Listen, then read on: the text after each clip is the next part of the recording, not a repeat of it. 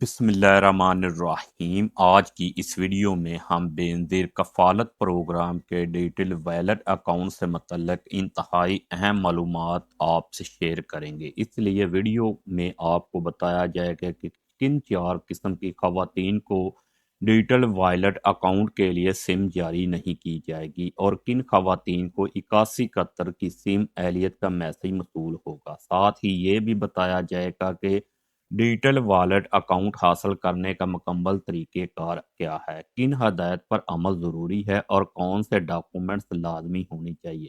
یہ معلومات بہت اہم ہے، اس لیے ویڈیو کو غور سے سنیے اور دوسروں تک بھی پہنچائے۔ سب سے پہلے ان 4 کیٹیگری کی بات کرتے ہیں جن خواتین کو سم جاری نہیں کی جائے گی۔ پہلی وہ خواتین جو بینظیر کفالت پروگرام میں اہل ہیں۔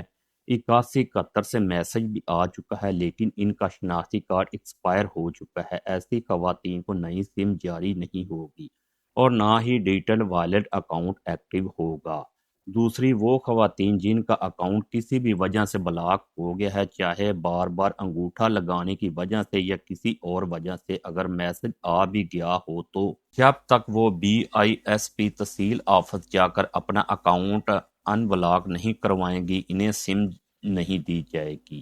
تیسری وہ خواتین جنہوں نے نئی رجسٹریشن کروائی ہے، ان کی جانچ پڑتال ابھی پینڈنگ میں ہے، ایسی خواتین کو بھی اس مرحلے میں سم جاری نہیں کی جائے گی اور انہیں ادائیگی سینٹر جانے کی ضرورت نہیں۔ چوتھی وہ خواتین جو رجسٹریشن یا ڈائنامک سروے میں معلومات اپڈیٹ کرنے کے بعد نااہل قرار پائی ہیں۔ نااہل خواتین کو اس وقت تک سم جاری نہیں ہوگی جب تک وہ دوبارہ اہل نہ ہو جائے۔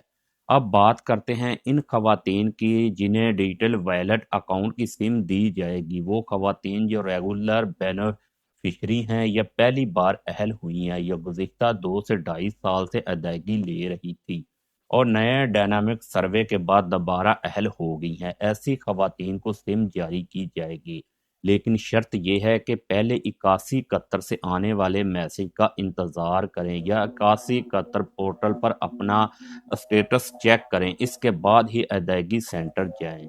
جو خواتین ابھی پینڈنگ میں ہیں یا جنہوں نے حال ہی میں نئی رجسٹریشن کروائی ہے، وہ اس وقت اہل نہیں سمجھی جائیں گی جب تک ان کی جانچ پڑتال اور PMT سکور مکمل نہ ہو جائے۔ جب اہل خواتین کو سم دی جائے گی تو ان کا ڈیجیٹل ویلٹ اکاؤنٹ پہلے سے بنا ہوا ہوگا جسے صرف ایکٹیو کروانا ہوگا۔ اکاؤنٹ ایکٹیو ہونے کے بعد بینظیر کفالت پروگرام کی 13,500 روپے قسط بچیوں کے تعلیمی وظائف اور نشوونما پروگرام کی رقوم اس اکاؤنٹ میں موصول ہوگی۔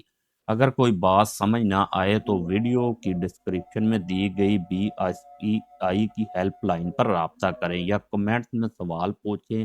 ایسی مزید معلومات کے لیے چینل کو لازمی سبسکرائب کریں اور ویڈیو کو لائک کریں اور دوسروں کے ساتھ شیئر کریں۔ خدا حافظ۔